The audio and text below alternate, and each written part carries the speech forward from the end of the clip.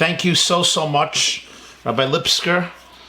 Thank you so much to the entire South African Jewish community and all of you who are joining us from South Africa, and those of you who are joining South Africa this evening or this afternoon or this morning, wherever you are. I want to welcome each and every single one of you. It's my honor to be here with you, and I'm thrilled so much that I have the privilege and opportunity to be addressing you at this really special time. The title of this lecture and presentation was, it's very challenging times, but like every great challenge, there's also tremendous and profound opportunity. So welcome. I want to especially thank the organizers, and really I'm so thrilled to be here with each and every one of you. Welcome to South Africa. We have, I see, hundreds or thousands actually of people joining us here virtually live from South Africa and literally around the globe. What a special moment of unity. The organizer of this event has been asking me for a while to come to South Africa for a big lecture tour, but because of other scheduling, I simply couldn't, I simply didn't have the time to do it. And I spoke to him on the phone today and I said, this is a little easier than a flight. So there are silver linings. In every crisis, there are silver linings, and this is easier than a flight. It's also cheaper than a ticket. It's just a cup of coffee. So I want to thank you for the privilege and the schus and the opportunity to be with so many friends in South Africa, beloved friends, ladies, gentlemen, brothers and sisters, rabbis, leaders, community leaders, activists, and all of us. It's beautiful and pleasant when brothers and sisters sit together. So, my dearest friends, today's presentation, class, shiur, lecture, meditation is dedicated in the merit of all those who need a recovery. I'm going to close my eyes for a moment and ask all of you to join with me in prayer. Lord on high, we beg you and we pray to you, please bring a refuah shlema, refuah kroiva, a complete and speedy recovery to all those who are struggling today with illness among our brothers and sisters, Jewish people the world over, and all people the world over. May you heal us and our communities and our planet and cleanse it from this malady of the coronavirus. May you give strength and comfort and solace to all those struck by devastating tragedy. May you give strength and inspiration to all those who need it, and to all of us. May you especially give strength and resolve and courage to all of the medical angels, the heroes and the heroines of our communities, doctors and nurses and volunteers and EMTs and ambulance drivers and Hatzalah volunteers and researchers who are trying to save so many lives, and give us all the strength, the clarity, the focus, and most importantly, the courage and the fortitude, the faith and the love and the wisdom that we all need now. And may the end of this malady come very soon and bring a new dawn, a new dawn to be conferred on our planet, a dawn of much deeper love and unity and oneness and ultimate healing and redemption. Let us say Amen. So, my dearest friends, allow me to begin with an anecdote. By Jews, we begin with anecdotes, and even in difficult situations, Jews have always been good with humor. And I have to say, one of the silver linings of all this entire craziness and madness has been the humor. I mean, you probably have followed, but the humor that emerged, some of it literally ingenious, absolutely marvelous and creative.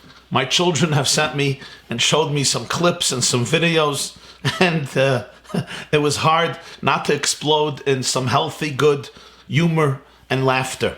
Remember, a child, I'm doing now programs with children and teenagers. So we have every week with children and teenagers a program on the yeshiva.net, tomorrow as well. And so children send in questions. So one child sent me in a question and said, how people in my family are making jokes and they're sending to each other humorous clips, and it seems so insensitive in light of all of the tragedies. So I explained to this very delicious and innocent young girl, and I said, you know that the name of the first Jew was Yitzchak. It's also my name. Yitzchak means he shall laugh. Why did Abraham and Sarah choose the name of the first Jew to be laughter? He shall laugh, which was actually God's commandment. V'karasa es shmo Yitzchak. The first Jew is Yitzchak, Isaac, laughter.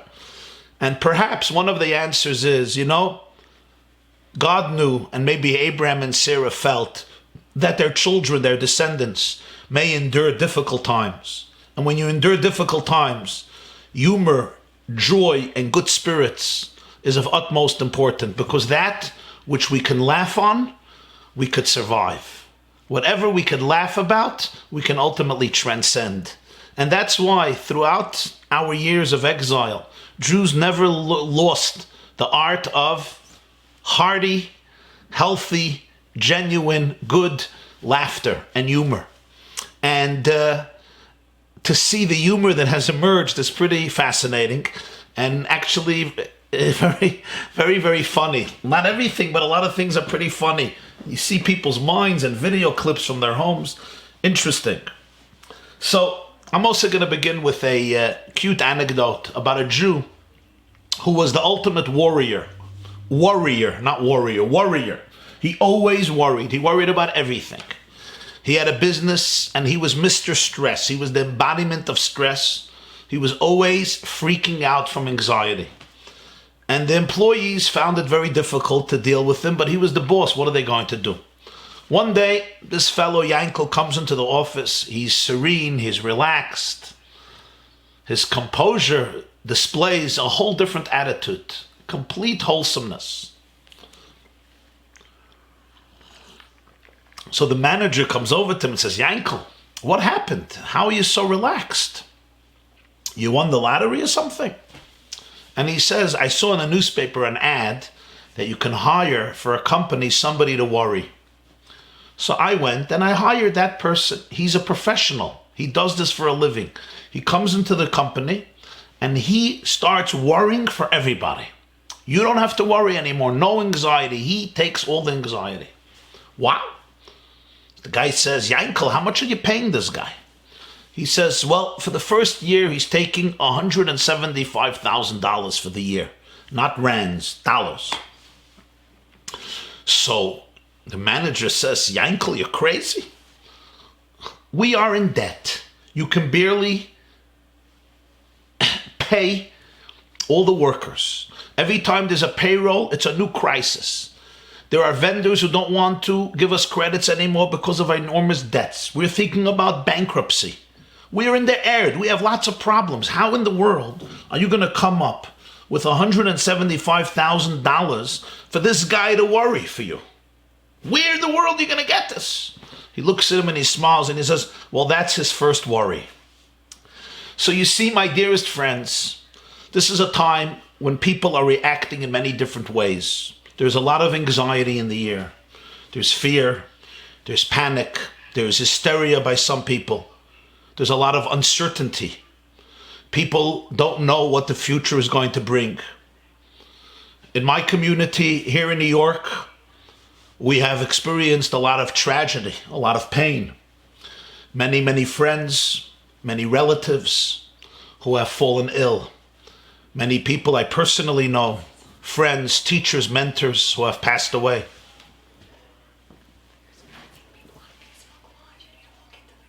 How many people? There's 1,000 people on Zoom, and it's terrible. You have to look Okay. at Zoom. You just see your hands and your beard. There's 14 people here, and there's 1,000 people here. Just close them. I'm sorry. So it's a very, very difficult time for many, many people. Excruciatingly painful and challenging, to say the least. Even those who are quarantined, safe in their home, there are, of course, the challenges of being quarantined, no school, no work. There is economic uncertainty. Some people have that even on a good day, and certainly today. And whenever we experience such moments of internal and external pressure and anxiety, there's always two ways of dealing with it. One way is I could surrender to it and I become a victim. I become full of worry and concern and panic and fear. But there's another way of dealing with it. And the second way of dealing with it I want to address. And that is understanding that every challenge in life is also a tremendous and incredible opportunity. The secret of Jewish resilience throughout the generations has been this exact message. And the message was that whenever there is a crisis, I have to be able to seize the historic moment and see it as an unprecedented opportunity. We learned this from our forefather Jacob. Our forefather Jacob was struggling with an adversary all night in Genesis. The adversary tried to kill him. He couldn't kill him. He made him limp. He maimed him. He wounded Jacob. And at the end of a long night, filled with struggle and strife, the man, the adversary, asked Jacob to give him permission to leave. And Jacob said, and I quote, "Lo yashalecha chakim beirachtoni." I will not send you away until you bless me. What type of response is this? Somebody attacks you in a dark alley and tries to kill you all night and then maims you and wounds you. Now you ask them for a bracha? I'm not going to send you away. I'm not going to let you go till you bless me. Get out. You want to go? Get out. We try to get rid of every adversary. Jacob was teaching his people a lesson for eternity. Whenever a crisis comes into your life, whenever an adversary encounters you, it's not enough just to get rid of it.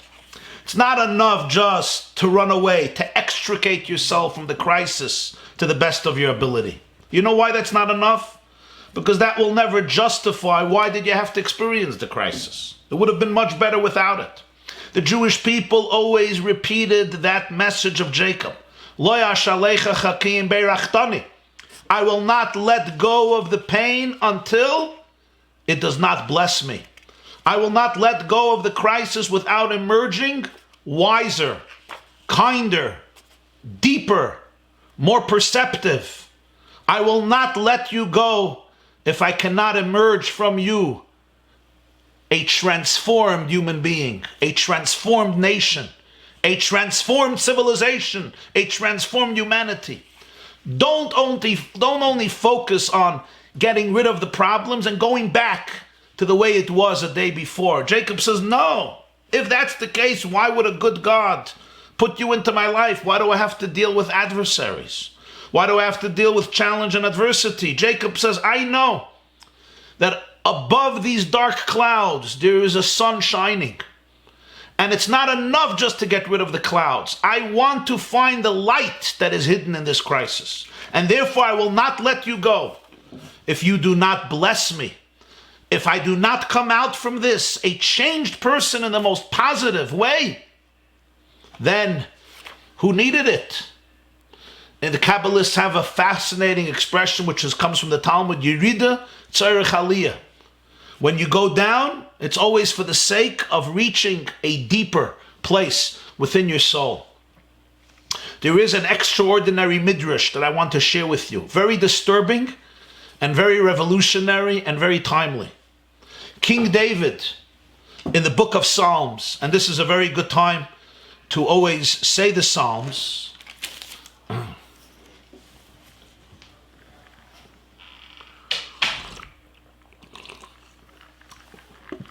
because the Psalms is that book of Tehillim that Jews and people all over the world found their souls in it.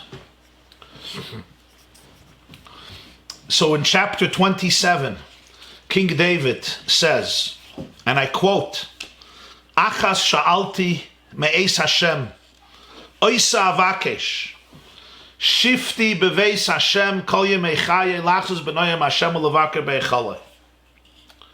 I asked one thing of God, to sit in the house of the Lord my entire life, to gaze at the pleasantness of God and to visit his sanctuary. That's the one request King David has. I want to dwell in the house of the Lord all the days of my life. The Midrash Tehillim, on the verse, gives a very perplexing interpretation. And it says, Amar Reb Abba bar Kahana. Rabbi Abba, the son of Rabbi Kahana, said, Malchus Sha'al. What King David was asking for was royalty. He was asking for kingship. He wanted to be a monarch. That's the end of the midrashic statement. Extremely perplexing. Here is a man who speaks to God and he says, I ask one thing. I want to dwell in the house of the Lord all the days of my life. I want to be with God forever. I want to gaze at the pleasantness of the divine. I want to experience divine ecstasy for the remainder of my journey on earth. Why do we have to mix in politics here? Why do the sages have to say, nah, it's not as good as it sounds? He wasn't asking for divine intimacy. The man was asking for power. The man was asking for malchus. The man was searching to be a leader. He wanted to be elected as the next king of Israel to replace his father-in-law, King Saul. Why insert pettiness or egocentricity or personal agendas? I want to be a king, to such beautiful, spiritual, poetic verses where a man waxes eloquently about his desire to be one with God. Why would the Midrash do this to David? It seems unjust. It seems unfair. It's like, do we have to always look for the hidden agenda? Don't believe him. He's not asking to be with God. He just wants power. He wants the throne. He wants to run the whole country. That's all he asks for.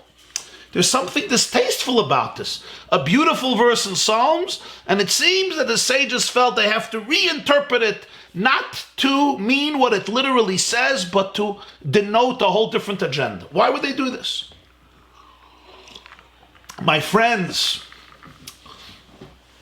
the sages were not trying to defame or criticize King David or find some hidden agenda, conscious or unconscious. The sages were actually accentuating what is happening here. Let's understand the circumstances. When King David uttered this psalm, he was a fugitive. The man was surrounded by enemies. The man was in exile. The man was being hunted down by the king of the Jewish people and by many, many other enemies. King David did not have peace by day or at night. He couldn't be home. He couldn't be with his family. The man was literally on the run. This person, King David, went to the Philistine king. He was almost killed. He had to feign insanity. He had to make believe that he's a madman. Saliva running down his mouth and his beard. This fellow, King David, was in a very, very difficult situation physically and emotionally. He did not know if he's going to survive another day. You see this in this psalm, how he's surrounded by distress and by enemy and by potential fear. Now, what is usually the request of a person in such a situation?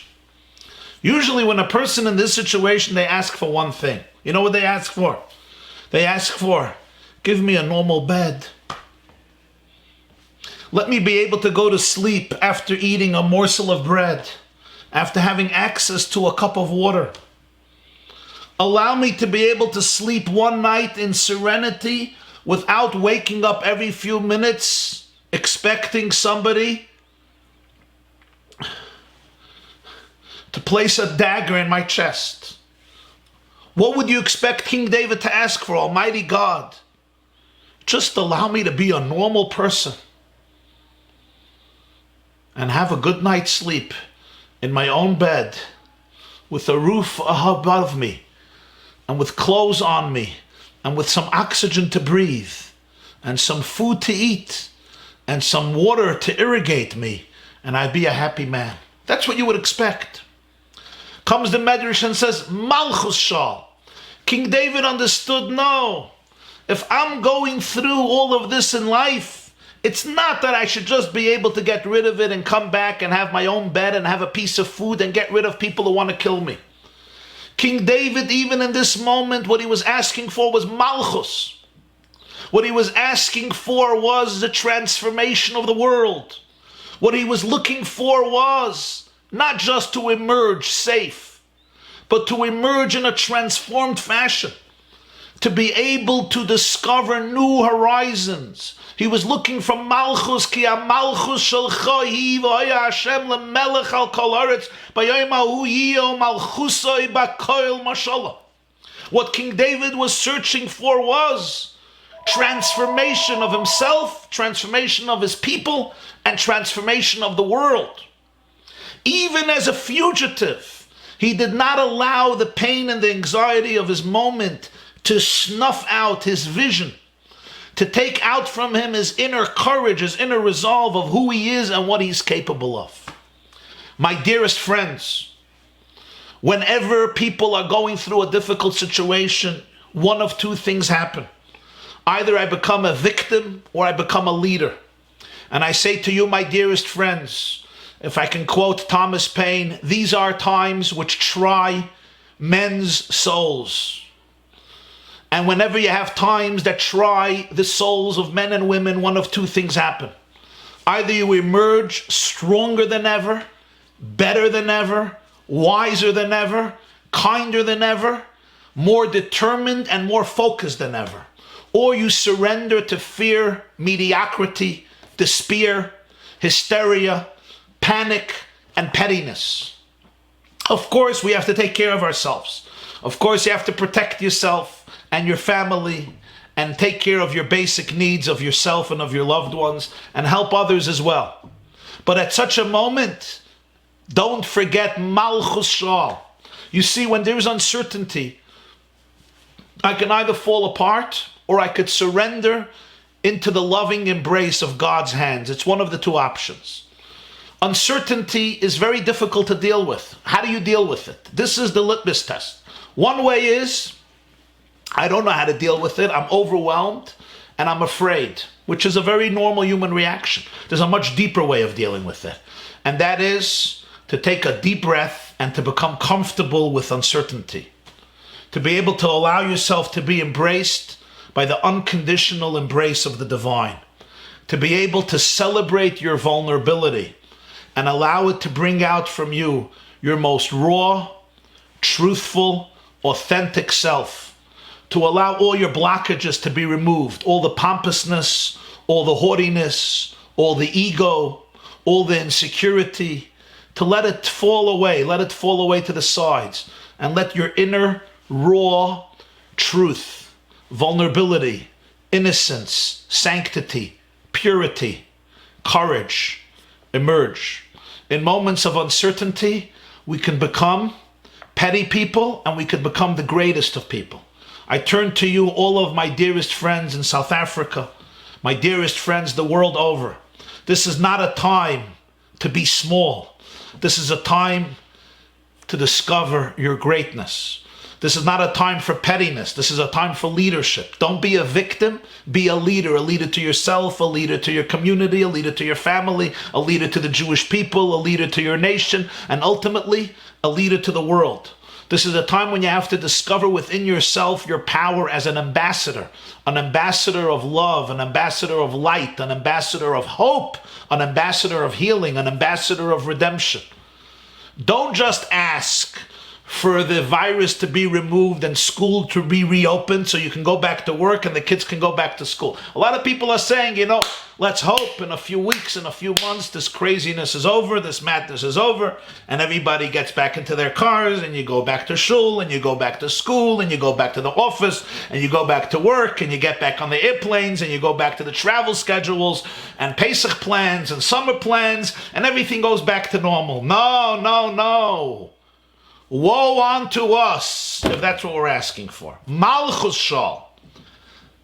I will not let the virus go if I don't come out blessed. Let's not let Corona go if we don't come out blessed. We're looking, we're seeking, we're dreaming of a transformation of world consciousness. But a transformation of world consciousness begins with a transformation in my consciousness, right here, inside here, and in your consciousness. We don't change the world without changing ourselves. The famous founder of the Musar movement, the ethical movement, Rabbi Yisrael Salanter, Rabbi Yisrael Lipkin, once said, when he was an older man, he said, when I was young, I decided I want to change the world. And then after a while, I saw I can't really change the world, so I said, I'll change my country. I saw that won't be effective. I decided I'll change my city. And then it didn't work, my community. And then I got older and mature. I said, I'll just change my family. He says, today I'm an older man and I see I can't change my family. There's only one person I can change, and that's me. He says, it's a pity, because if I would have started with that, by now I would have changed the world. We are now facing a world that has changed. The world will never be the same, and we shouldn't hope that it will be the same. The world has changed. There's one question. Have I changed? Have you changed? Have we changed? The opportunity that is being given now, right now, is to open ourselves up to a new dawn, to a new consciousness, to a new depth, on many levels, on a personal level, on a collective level, on a global level. Let's begin with the personal. Every one of us is stuck in our home. When you're stuck in your house, it's sometimes difficult. People get on each other's nerves. But this is an opportunity. Make sure you come out of this blessed. These are opportunities for families to bond in ways that they never have before. I know there's fighting and there's arguments and people are bored and there's kvetching and there's crying and siblings are fighting. We get that. But cut everybody slack. Take a deep breath. Don't sweat the small stuff. And make sure you use the time like never before. Spouse relationships. This is a time to work things out with your spouse. Times they didn't have before. You won't have afterwards. Get rid of the skeletons. Get rid of the demons. Or at least acknowledge them and don't let them define your life. Take walks together. Find your deeper relationship, your deeper connection, your trust. Learn again how to lean on each other with profound trust and reliance. You don't have to agree, but you have to be here for each other emotionally. Same is true with your children. It's a very special time to bond with children, to listen to them, to speak with them, to have fun with them, to talk, to schmooze, to explore, to have meals together, to play games together, to study together, learn together, pray together, most importantly, to bond together. These are special times when you appreciate family and community in ways that you haven't before. If you're with your parents, or you call your parents, or your siblings, or friends, grandchildren, brothers-in-law, sisters-in-law, this is a very special time to create what we often take for granted, and that is a very deep appreciation for our families, for our communities. This is a time I would encourage all of you, every day, reach out, take the phone and call up 3 people who may be lonely. Older people, younger people, friends, classmates, old friends that you haven't seen in a few years, relatives. Reach out to them, or strangers. Tell them you're thinking about them. You're praying for them. They're in your thoughts. They're in your hearts. Take a phone call. Call up 3 senior citizens who may be alone. Give them inspiration. Tell them you want to be here for them. Can you offer them help? These are very, very special opportunities. That's in terms of family at home. In terms of my personal life and your personal life, there is also a very powerful opportunity now. And that is when you're so vulnerable and all the layers get removed, you can find parts in yourself that you have not found before. This is a time to pray like you never prayed before. It's a time to meditate. It's a time to press restart on your life. You know when the computer gets stuck, Control, Alt, Delete, restart. You could restart, fresh slate. Reevaluate who you are. What are my priorities? What do I live for?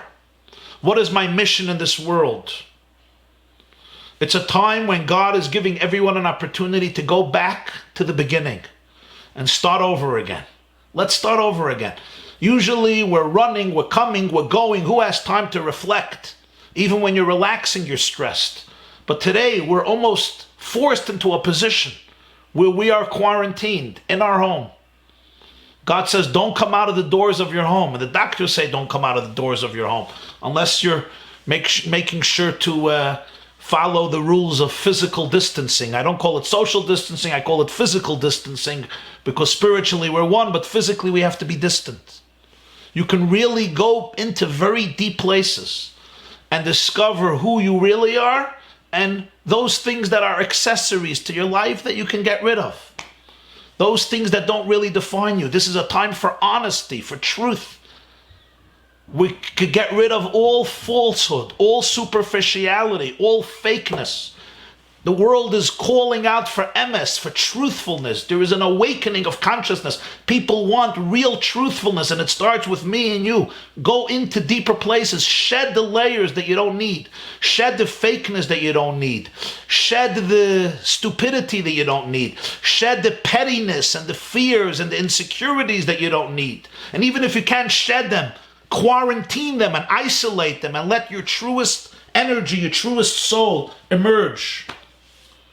There is even a deeper opportunity which entails us individually, our families, our communities, our people, and the world. And this has to do with unity. I don't want to just come back to a world without corona and go back to work and you go back to work and my kids go back to school and I can go to shul, although we're going to celebrate it. I want to come back to a world where there is a much deeper sense of oneness and love, a consciousness of unity. Look at the coronavirus. A little invisible enemy has brought the whole world to its knees. 7.7 billion people were affected and transformed without a bullet, without a terrorist attack, without a war, without violence, without bloodshed. Not a single bullet was shot. An invisible virus the size of 125 nanometers that you can't see with your eye, you need a microscope, has brought the entire world to its knees. No matter if you're a billionaire or a multi-billionaire or a multi-millionaire, a president, a prime minister, a leader, from the greatest scholars to the greatest presidents, from the greatest scientists to the greatest politicians, from the most talented celebrities to the most simple human beings walking the face of the planet, we suddenly discovered we're not in control and we're all one. We all share the same planet. We all share the same earth. Somebody sneezes in Wuhan, China, and the South African community is quarantined. And I'm here in my home in Muncie, New York, because somebody touched a doorknob in China. And the coronavirus doesn't discriminate. Doesn't discriminate between whites and blacks. It doesn't discriminate between whites and Africanos, between Jews and non-Jews, between one race and another race. It's the shared humanity. We're all equally vulnerable. Learn from the coronavirus. It doesn't discriminate. It doesn't differentiate. We also learn something else, and that is that the powerful physical, financial structures that we so believe in are really vulnerable. They exist only because God wants them to exist. And one little virus that you can't see that starts in a bat and overspills to a human being shuts everything down. It shuts everything down. What does this teach us? It teaches us that the whole physical big world that we see is not as powerful as it seems. What is really powerful is the soul of the universe. The energy, the divine energy that keeps on sustaining the universe. What does this mean in our life? It means that from here we must emerge with a new consciousness. A consciousness of oneness and a consciousness of soulfulness. Realize who you really are. Don't look at the superficial self. Learn about your divine self. You know who you are? You are one with God. You are infinity. You are a manifestation of divinity in this world. You're not just a physical little creature and nobody. No. You are the manifestation of God in this world. That's who you are. See yourself that way. See yourself as an ambassador of the divine, and don't say, I'm small. I'm invisible. Nobody knows me. This coronavirus is also invisible, and it changed the whole world. There's no such a thing as a small person. Every single person brings light to the world that nobody else can bring. And as a result of that, when you look at yourself, see yourself in a new way. Don't see yourself just as a random mutation or just as a physical pile of bones and tissue and organs and limbs. No, you are the manifestation of infinity in this world. See that in yourself. Live it, breathe it, and then bring it to the people around you. This is the consciousness which we call a consciousness of Geula, of redemption. People are talking a lot today about Mashiach, about Geula. What does this mean?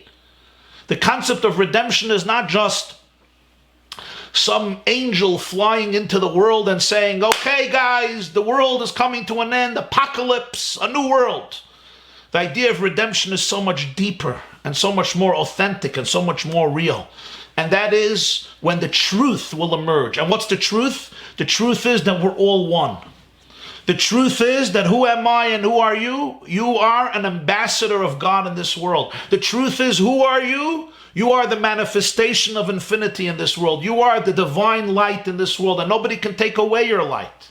And even the trauma and abuse and pain and anxiety and stress and difficulties and challenges, as real as they may be, and they're real, cannot eclipse your inner core, which is absolutely wholesome, sacred, confident, splendid, bright, luminescent, radiant, divine, and infinite. This is a time to reevaluate and rediscover our inner true power, which has no limits, because we are full partners with the divine creator in this world and never ever victims. You are a conduit. And when I could let go of my ego, which stands for easing God out, and I can open myself up to my infinity, a whole new light can emerge from me, from you, from us, into the world. This is called the consciousness of Geula, the consciousness of redemption. My dearest friends,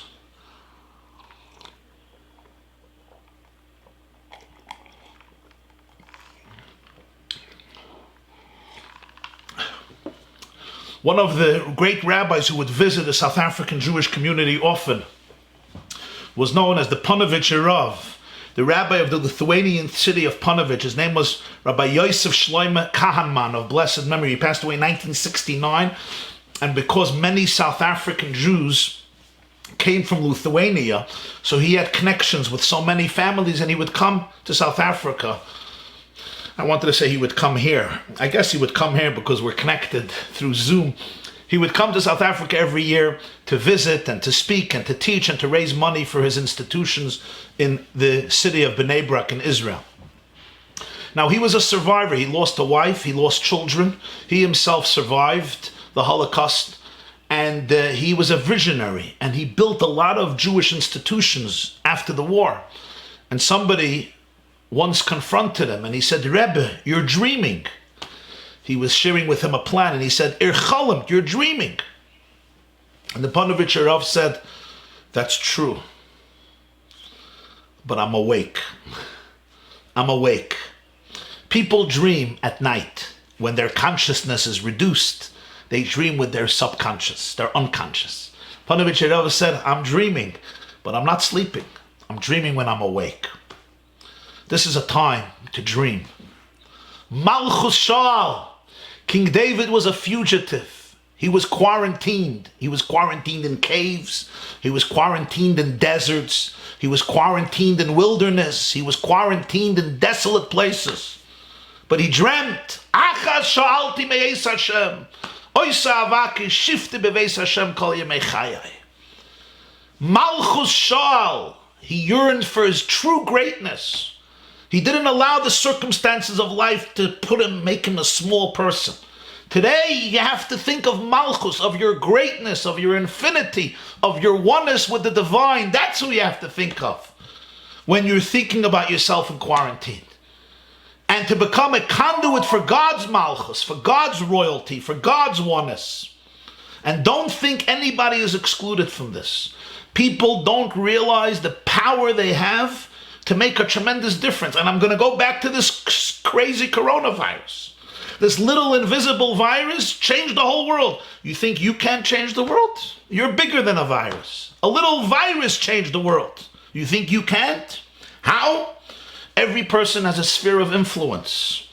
Yourself, That's a big one, the hardest. Your family, your community, your nation, ultimately the world. Everyone has a sphere of influence. Seize the moment. Become an ambassador of love, of light, of hope, of wisdom, of healing, of faith, of spiritual oneness, of redemption.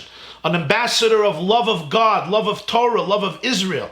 Avos Hashem, Yiras Hashem. An ambassador of truth. An ambassador of authenticity.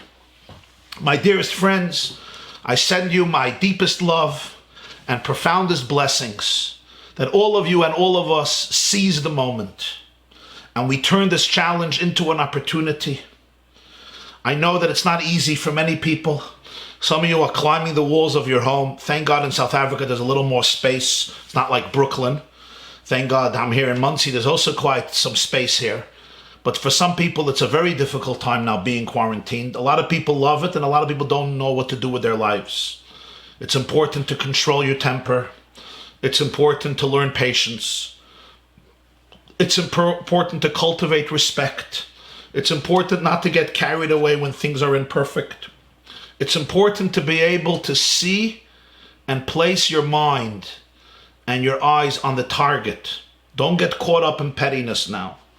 And don't forfeit the opportunity. Remember Jacob's words. I will not let you go, coronavirus, until you do not bless me. Not because we are not shattered by the tragedies. We cry for every soul lost. We pray for every soul struggling for recovery. We mourn for all of our loved ones and all great, great people who were taken away. In some communities, dozens and dozens and dozens of people. Some places, hundreds. We're not naive. But at such a moment, what we need most is courage, leadership, strength. That's what Jacob taught us. He's limping, but he says, I'm not going to leave this alone if I don't come out blessed. We cannot let this go if we don't come out more blessed, if our world doesn't emerge more blessed. A world that's filled with a new sense of shared oneness, responsibility, spiritual depth, a world of redemption. May we see that new dawn speedily in our days. Amen va'amen. Thank you very, very much. I love you all and I bless you all. We'll take questions.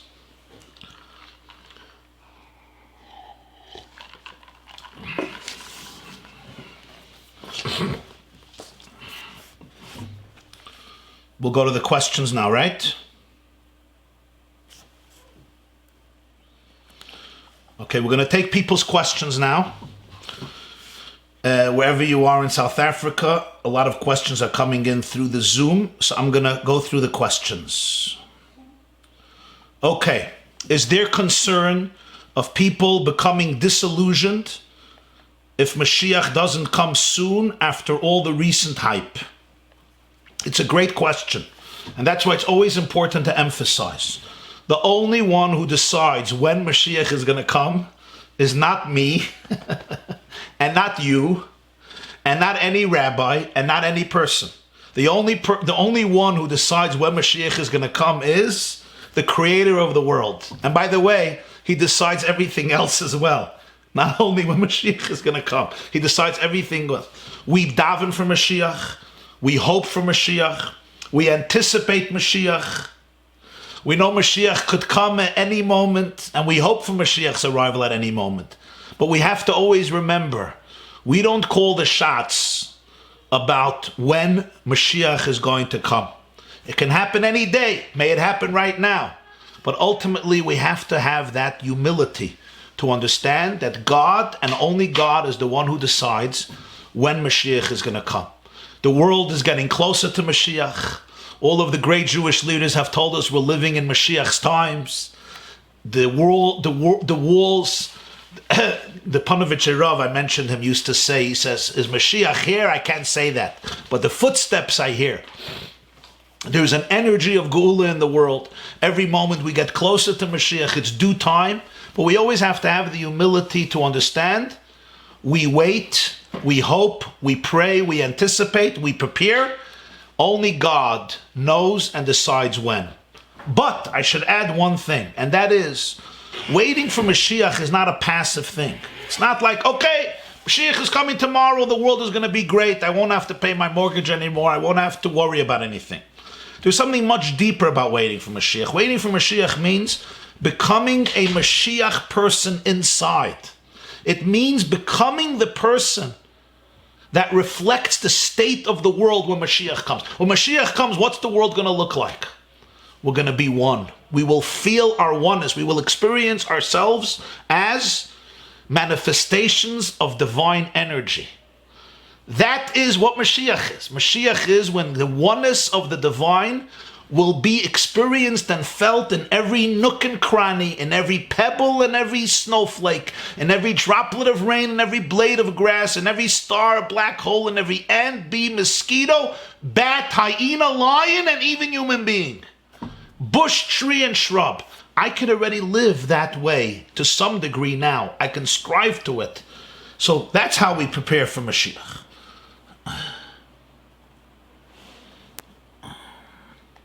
Okay, next question. I thought that laughing is lightheadedness, and in the ethics of the fathers it says that laughter can bring people to negative promiscuity. There's two types of laughter. There's a laughter that comes from lightheadedness. I don't care, I'm apathetic. This is called mockery. I'm talking about laughter that comes from seeing things from a positive perspective, what we call a good sense of humor, not taking your ego so seriously, learning how to look at the world in interesting ways to liven up your spirit and others. That's what I'm talking about. So there's really two types of laughter. I should also add that the Talmud says in Brachos that in this world you're not allowed to fill your mouth with laughter. The Talmud says there that one of the great sages was at an event, at a wedding, and one of the great sages was very, very happy. Very, very happy. So one of his students said, how could you be so, you seem so frivolous. So he says, I'm not tefillin kamanachna. I'm wearing tefillin. So Rashi says, because I'm wearing tefillin, don't worry. I remember that God is here. I'm not frivolous. But the Moirei Nayim, one of the great Hasidic masters of Nachum Shanabala, says what he meant was, I'm putting on tefillin. How can I not be so happy? Meaning my happiness is not coming from frivolousness. It's coming from a relationship with infinity. How can I not be happy? So there's two types of happiness. There's two types of laughter. There's a laughter that's more frivolous. It comes from emptiness. And there's a laughter and a joy that comes from not taking your ego seriously and knowing that you're an ambassador and knowing that you're always in the right place and in the right time and you can always do the right thing. That's a different type of joy that is more prevalent today than ever. And humor could be an expression of that.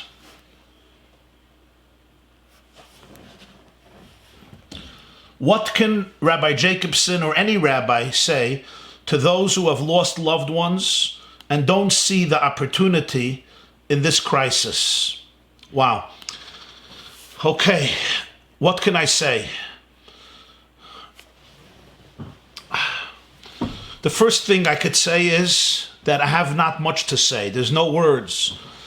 No, everything I said before should not minimize the terrible, devastating tragedy and pain of those who lost loved ones. And all the speeches in the world, as interesting as they are, will never take away this pain.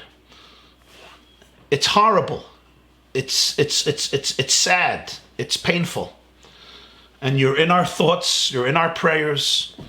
We cry with you, we empathize with you. I say to all of you who have lost loved ones, may God comfort you among the mourners of Zion and Jerusalem. And it's important to know that the pain is very, very difficult. And yes, we don't understand, and we don't have to understand it. But this is a very painful moment. I was speaking about opportunity, but this is very painful. And what's the opportunity when a loved one dies? I can't give an answer to that question. This is where our mind can't always wrap itself around a situation. and where we have to understand that there are things that defy our imagination. We have to remember the soul is forever, the soul is eternal, the soul lives with us, the soul cares for us, but the pain is very, very present, especially people who didn't have the funerals and the shiva calls that we often have during these situations, and it's extremely painful and difficult. I did hear a rabbi who lost his father say that the souls now don't need Kaddish and funerals and Shiva because they're coming back very soon, which was a very beautiful idea. And he said, you know, if your husband goes to the grocery store, you don't kiss him goodbye because he's coming back in 20 minutes. If he goes on a business trip for 3 months, you kiss him goodbye. So he said when the souls leave, we make a big goodbye. But if you know they're coming back, they just went to the grocery store, it's not such a big goodbye. It's a very comforting thought. I would also add that God knows what every soul needs, and whatever any soul needed now, they received. People shouldn't worry about that. But this is a very, very painful moment for so many people. And all we can do is be here for each other, support each other, empathize with each other, help each other, cry on each other's shoulders, and love each other. And what the opportunity in this is and what the purpose is, I don't know. This is a time of silence. When it comes to such tragedies, silence is the most appropriate response. But it's important to remember that every soul is eternal, and a soul never leaves you, and a soul never ever detaches from its loved ones, even though we can't experience it through our physical senses. Are the Jews really that different? All people have been affected, Jews and non-Jews. That's the point. You're 100% right. The coronavirus brought out our shared humanity. And may this shared humanity spill over to good times. We should always be able to experience that. Yes, every nation has its uniqueness. The Jewish people have their uniqueness. Each nation has its uniqueness. But we are all equally created in the image of God. The Mishnah says in Sanhedrin 37, why was Adam created as one human being? So that in history, no person should be able to turn to another person and say, I'm better than you. That's what the Talmud teaches us in Sanhedrin. No person could say, I'm better than you. We all come from the same tati and the same mami. How much better can I be than you?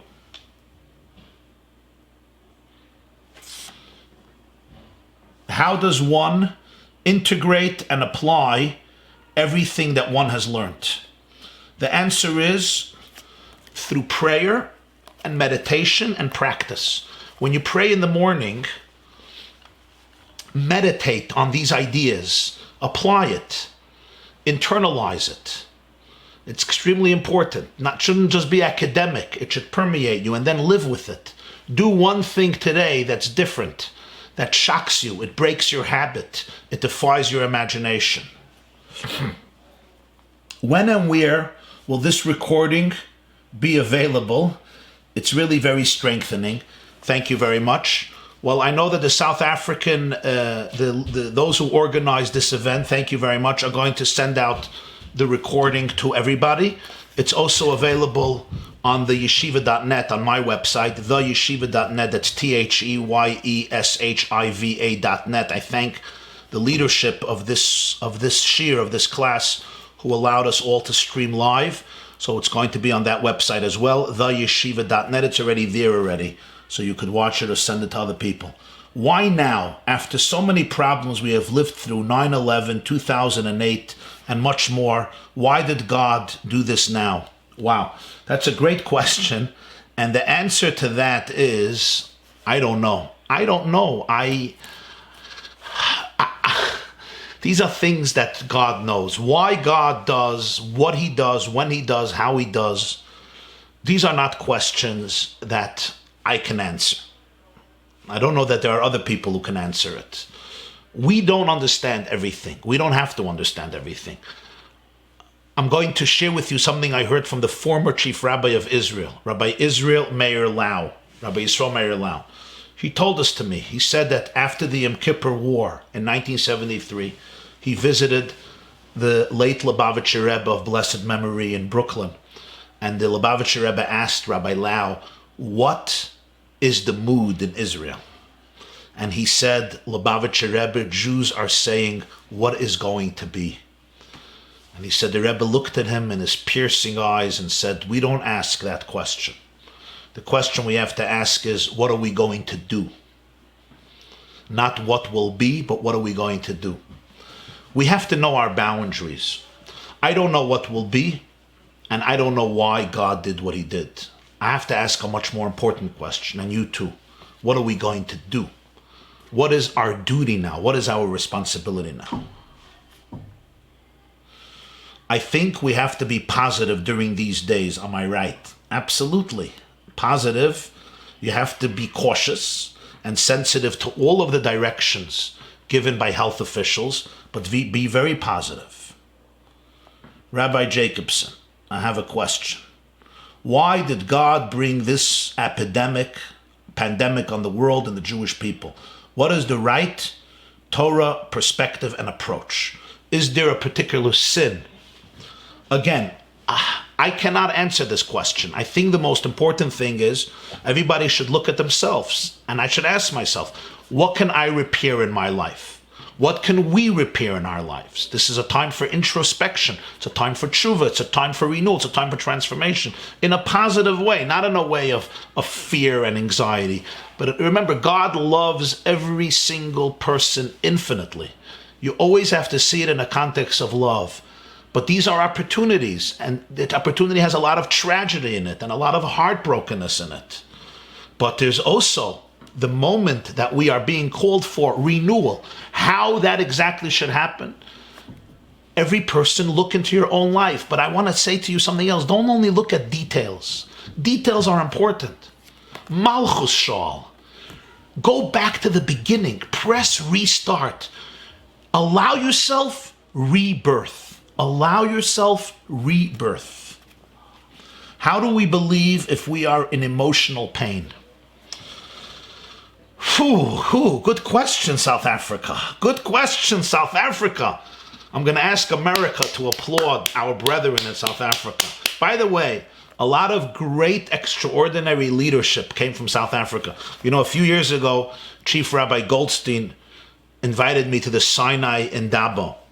Some of you were there. Many of you were there. We had a beautiful crowd. A few thousand Jews came. It was amazing. I was in Cape Town and I was in Johannesburg. And I remember I stood up there and I said, you know, I live in New York. In New York, we have between 3 and 4 million Jews. But I promise you that a Shabbos project could have not come out of New York. Because one rabbi would say yes, and the next rabbi would say, nah, it's not a good idea. South Africa, far physically, much smaller community, and yet there's so much unity and camaraderie, they could make Shabbos projects and so many other projects and really affect the whole Jewish world. So Barabba, South Africa, for your unity, for your camaraderie, for your good spirits. And I hope you should be able to return to your braais very soon. They call the barbecues, and you'll invite me for one of them, and I'm going to try to come over for a Sunday braai with barbecue sauce. So you're asking a very good question, my dearest friend, and that is, how do you believe when you have emotional pain? And the answer to that is, belief is a very, very deep and personal quality. Belief does not mean I understand. Belief does not mean I'm not in pain.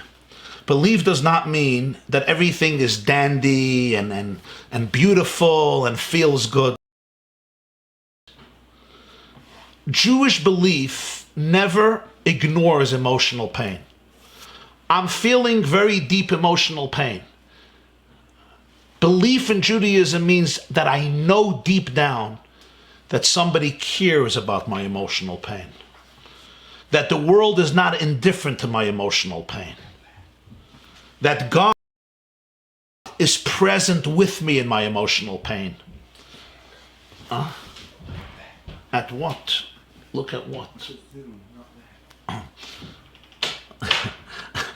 God, sorry, it was just a technical issue here. God is present with me in my emotional pain.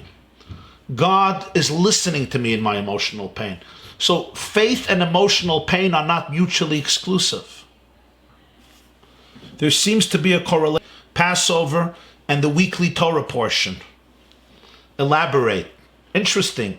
The night of Passover, the Jews had to be quarantined. Moses said, don't leave your house till the morning. And this week's portion, Tazria, the leper had to be quarantined. Very interesting. Rabbi Jacobson, you are a phenomenally empathetic person.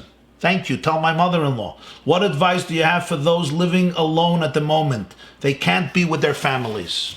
Wow. Yes, yes. First of all, I'm with you. I'm with you, and I give you my love and a virtual embrace. It's very, very difficult. It's very, very difficult to be alone without family. I know my own mother has been quarantined almost since Purim, more than almost a full month. She had to do the Seder alone. First time ever to do the Seder alone, because in Brooklyn the pandemic was terrible and she couldn't even go to family members. And I want to tell you what we did. I got the idea actually from my wife's family. Every one of the grandchildren wrote her a letter, and it was delivered to her home right before the Seder by one of my nephews, and it was called Manishtana letters. So when she came to the Manishtana, when the children asked the questions and there was nobody there, she read through all of the letters of the grandchildren. Thank God, dozens and dozens of grandchildren.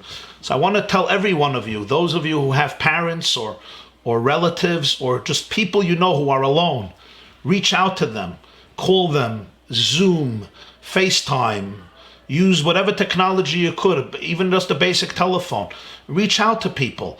Reach out to a great uncle. Reach out to a great aunt. Reach out to the person you know in shul. You haven't spoken to him in 2 years, but just reach out to him because he's alone or she's alone. This is very, very important. And for all of you who are alone, I just want you to know, I want you to know one thing, and that is aloneness can cause two different emotions. One is I'm alone and therefore I'm falling apart. I'm lonely. When you're alone, I want you to be able to meditate on your aloneness and see yourself as alone in the world, in the sense that there's something in your life that nobody else can do. The Talmud says Adam was created alone to teach you that one person is the world. If not me, the whole world gets affected. The buck stops here. Aloneness can be a cause of empowerment. You don't need anybody else. The whole world is mirrored in you. History is created by you. Every mitzvah you do, the way you live by day, the way you live at night, every breath you take, every movement, every word, every thought, every action has a cataclysmic impact.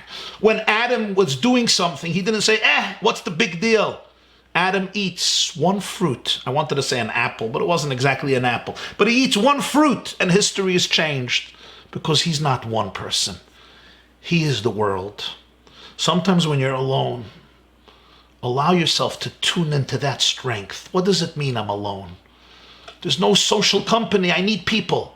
Yes, we need people. And I hope that very soon you'll be able to come out of your house and enjoy many, many social gatherings. And I know how social South African community is and how much there's a sense of community there. And may the communities be reunited physically very soon. But till that moment, don't forfeit the opportunity. Go into a deeper place and realize that your aloneness can be a curse and aloneness can be a blessing. Vayivoser Yaakov levadai. Jacob remained alone, and the Medrash says, Haduhu diksiv nisgav Hashem levadai bayamahu. It's like God being alone. So the Degel Machane Ephraim says, when you're alone, it can be a curse, and when you're alone, it can be a source of an awareness that in my aloneness, I touch God's oneness, which is infinite.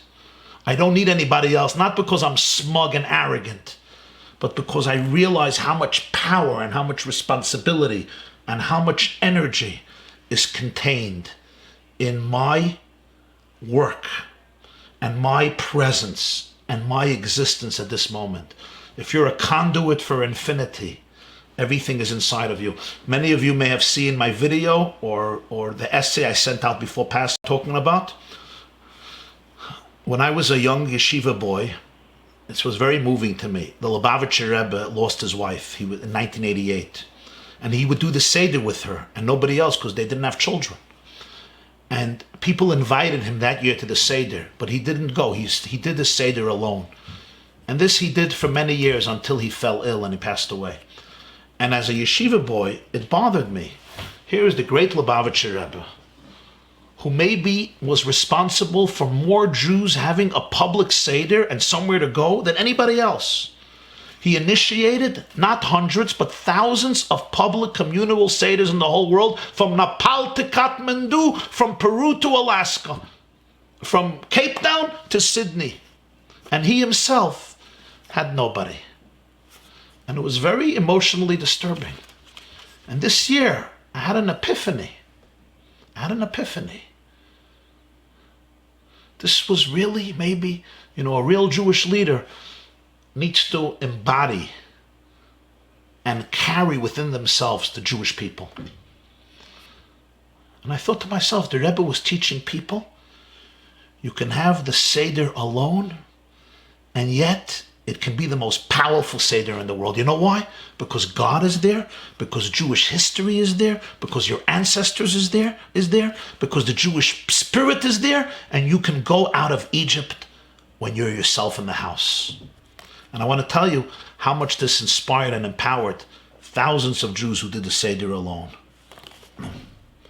Let me go to the next question. I'm going to try to answer these questions a little briefer so we can get to many of them. Where are we? Okay, Michael. Yes, Michael. Michael says, amazing talk. I have a question. Viktor Frankl always said you could never take away a man's freedom. He always has the ability to choose how we wish to respond to any situation. His view was always, if you have a reason to live, you can survive anything. How do you suggest people to do this today when sometimes it's so hard to see through the clouds? What if any, are some of the Kabbalistic teachings to help in times like this? Excellent. And the answer is, in such moments, don't look for comfort. Look for meaning. And I'll tell you what I mean.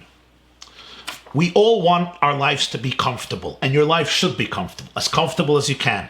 Physically, emotionally, financially, psychologically, in terms of space, and in terms of everything else. There's nothing wrong with being happy and comfortable and prosperous. You should all be very, very prosperous and very comfortable. But when there's a difficult situation, don't look for comfort as your goal. Look for meaning. When you're in a difficult situation, inside or outside, even on a good day, you're having an emotionally hard day, a crisis, a breakdown, anxiety, stress, an issue in your family, an issue in your marriage. Don't look just to get rid of the problem and take a drink and be comfortable. You're losing the opportunity. Look for meaning. Ask yourself, what can I learn from this? Let this be an educational moment. I want to grow from this experience. What can I do differently? What can I change inside of myself, in my attitude? Our brain goes in certain directions. Look at those directions. We exist in a place of fear. Watch your brain. You wake up in the morning and your brain goes in a certain pattern. Those are the neural pathways we're used to. Challenge that. Tell your brain, you know what? Today, my soul wants to look at another direction. I want to explore another highway in life. We always go down this highway. Anxiety, fear, stress, depression, anger. Today, I want to explore a new highway. This is the inner work. In every opportunity, look for meaning. Look for how you can grow from this.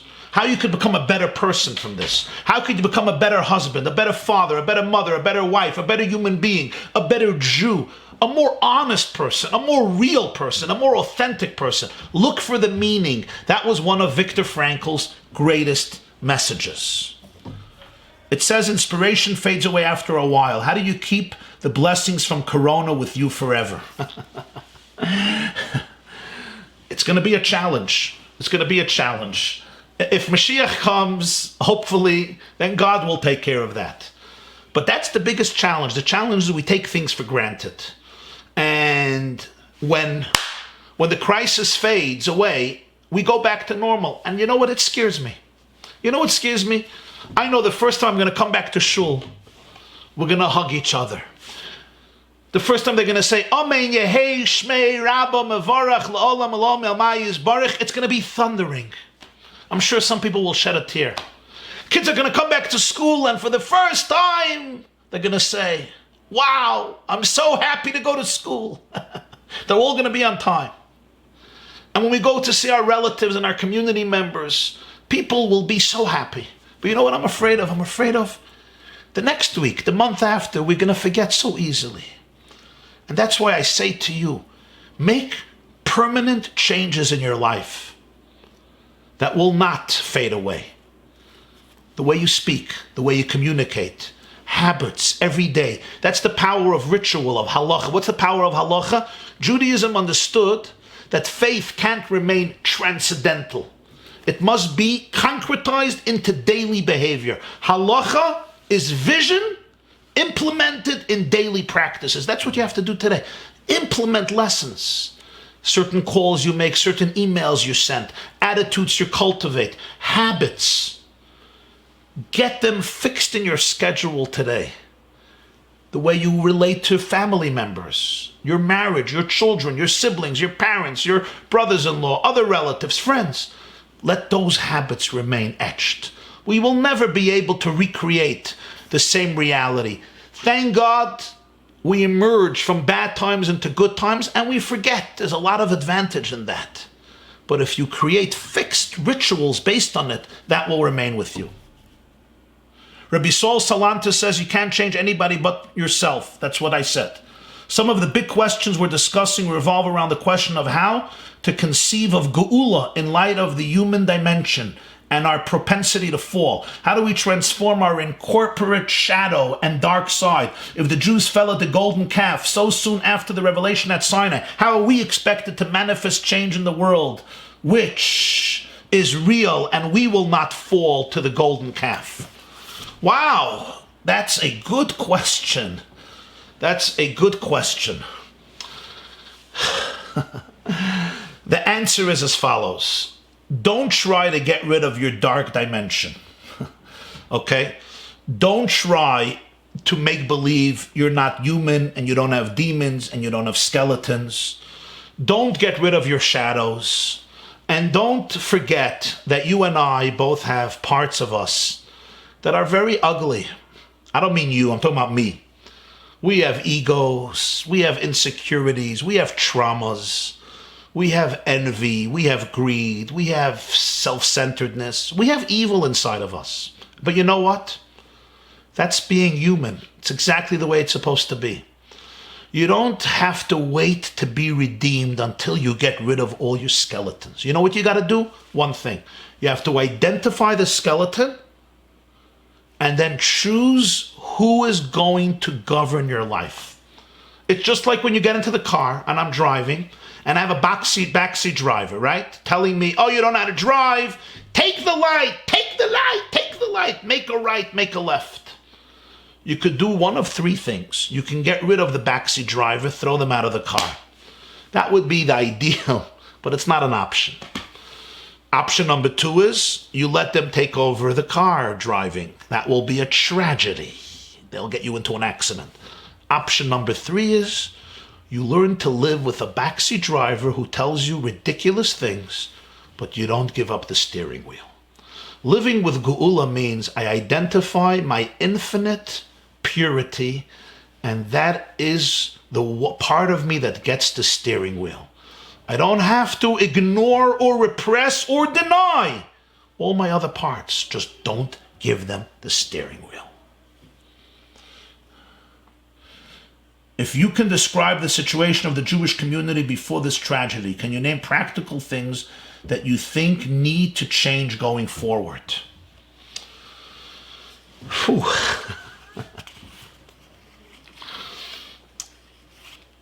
There is a lot to say.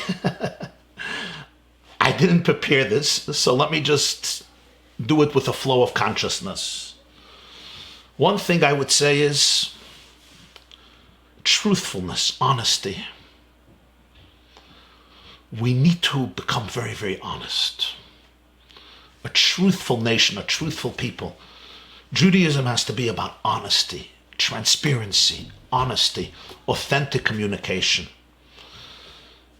We need to be able to explore things in a real way and in the deepest way. Very often religion can become an invitation to superficiality, to monotony, to being very robotic. We're threatened by questions. We're threatened by diversity. We're threatened by people being real. And I think we need that. We need a new consciousness of very deep, authentic communication. Without politics, without agendas, without pettiness. We got to cut other people some slack. Much less judgmentalism. Not to judge people. Not to come from a place. Judgmentalism comes from insecurity. We have to become broader, expansive. Think big. We're here to change the world. Let me tell you something. The Jews were chosen to change the world. We're supposed to be a light unto the nations. When did we have that opportunity? Now, the whole world is captive. A captive audience. The world is quarantined. Everybody's quarantined. Captive audience. And what do people want to hear? They're not going to sports games. They're not going to malls. They're not going to movie theaters. They're not going to bars. They're not going to clubs. They're not even going to libraries. What do they want to hear? They want to hear truth. They want to hear a message that can help them navigate through the dark clouds of COVID-19 and build a new foundation that's indestructible. That's what they want to hear. Who are the ambassadors to give this message? To create a paradigm shift in education and values and family life among Jews and among non-Jews. This is the Jewish people. This is our opportunity. We have to think in these terms. For this, we have to transcend our insecurities, transcend our pettiness, transcend our egos, and live from a much deeper, more authentic place. And this will translate in so many different ways. I also think in terms of education, educating our children. Are we giving them the deepest and most authentic quality of education? Not only in terms of information, but in terms of inspiration, in terms of awareness, in terms of depth.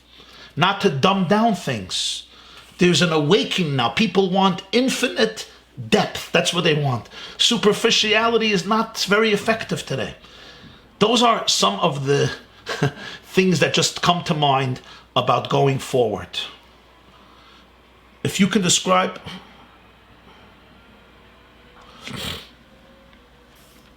Everybody I have spoken to, including rabbis, love this holiday because we didn't have to go to shul. What does that say about shul? What are practical aspects we can change with our shuls when this ends? That's funny. So everybody loved not going to shul, huh? Wow. Okay, and this is the South African community where shuls are very big. It's not like here in America where, the shuls are. This is South Africa speaking. Everybody, even the rabbis. Well, the rabbis, I know they were happy. They didn't have to give sermons. This was the first time in many weeks I didn't have to give any sermons, not on Shabbos, not on holidays. It's very refreshing for a rabbi, I have to say. But I miss my people. I miss my community. I love them. So it is hard in that sense.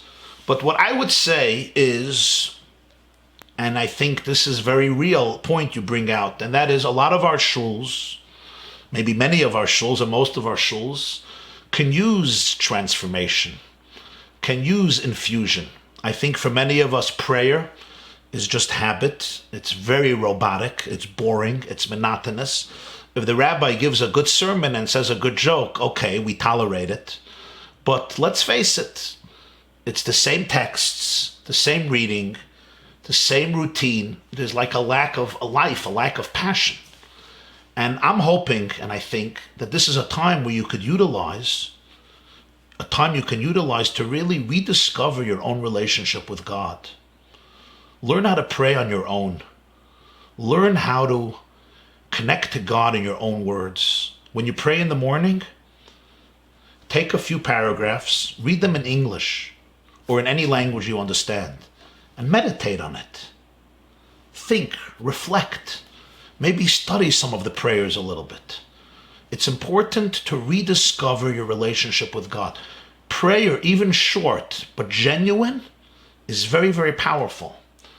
Meditation, mindfulness, suspending other thoughts, and really tuning into your soul and to God is transformative. And if we could learn to bring that back to shul, and shuls become places of real spiritual epicenters of renewal and discovery, that will be very powerful. If shuls can become places where people can converse on a much deeper dimension of honesty, that would be very, very powerful.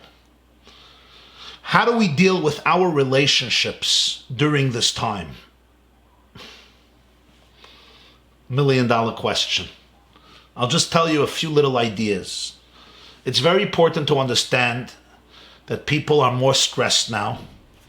When you push their buttons, they can explode. We have to be forgiving and understanding, but we have to work on our relationships. It's important every day to take a walk with your spouse. Every day. No excuses now. No business trips. You're not in the office. Every day, 45 minutes, 20 minutes, a half an hour, morning, evening. If it's physically allowed, if it doesn't compromise any health issues, but South Africa should have some space outdoors, I think, if I'm not mistaken. You can even walk in your courtyard. If not, jog around your living room. You have a big living room. But take a walk with your spouse. Talk. If there are issues, you have to explore them. Dialogue is very, very important. Every marriage, or many marriages, have struggles and challenges. It's important to bring out the issues in a healthy way. It's important to deal with your differences and not agree necessarily, but just to be able to trust each other. That's one thing about relationships. Another very important thing about relationships now is to understand that different people respond in different ways and see the world from different ways. You have to respect that. Number 2. Number 3, very important to show support to your spouse. Again, you don't have to agree about everything, but be there for them. Tell them, I'm here for you, that you should be able to rely on each other. Finally, put away the phone a few hours a day. The WhatsApps now are infinite. They're nonstop, okay? If you want to understand infinity, look at your WhatsApp. They're nonstop, okay? And I know some of them, I'm guilty because of my clips, okay? That being sent around. A few hours a day, you got to put away the phone. You need quality time. Talk to your wife, talk to your husband, talk to your kids, talk to yourself, talk to God, look out the window, smell the trees, talk to the birds. I have deer, so I talk to the deer. Go out to the porch, you got to be alive. The WhatsApps could drive everybody mad and meshuggah. Put it away. No phone by dinner, no phone by lunch, no phone by davening, no phone when you're learning with your kids. You have to have time without the phone. Not vibrate, not vibrate. Off. Put it away and spend time with your loved ones. My dearest friends, I love you.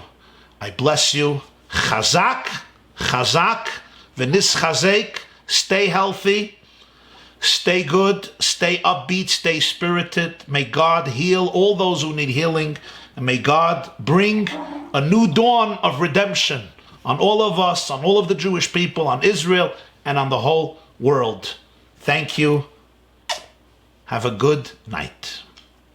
Rabbi Jacobson, just a big thank you to you for always inspiring us and having your unique talent of taking those most complex ideas and presenting it in a pertinent, novel fashion. Thank you very much for making an amazing evening. We should just see good things and lots of love. Amen. Thank you, Reb Shmuel, and thank you to South Africa. Thank you. Thank you. Thank you, everybody, for joining us. Everybody. If anybody has... Okay. If anybody has more questions, you can email them. I'll try to answer. Rabbi YY@theyeshiva.net. You can email them. If you want to have more questions, you can email them.